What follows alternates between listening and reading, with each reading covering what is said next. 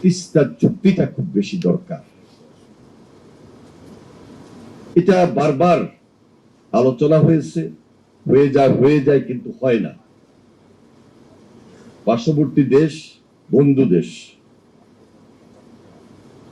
তাদেরকেও চিন্তা করতে হবে যে তাদের যেমন স্বার্থ রয়েছে, আমাদেরও স্বার্থ আছে। বন্ধু দেশই তো বন্ধু দেশের স্বার্থ রক্ষা করবে। আমাদের স্বার্থের প্রতি তারা নজর দিবেন। আমাদের সঙ্গে তাদের বন্ধুত্বের সম্পর্কের অবনতি হোক, এটা কখনো আমরা চাই না। এটা মাননীয় প্রধানমন্ত্রী তিনি সবসময় বলেছেন।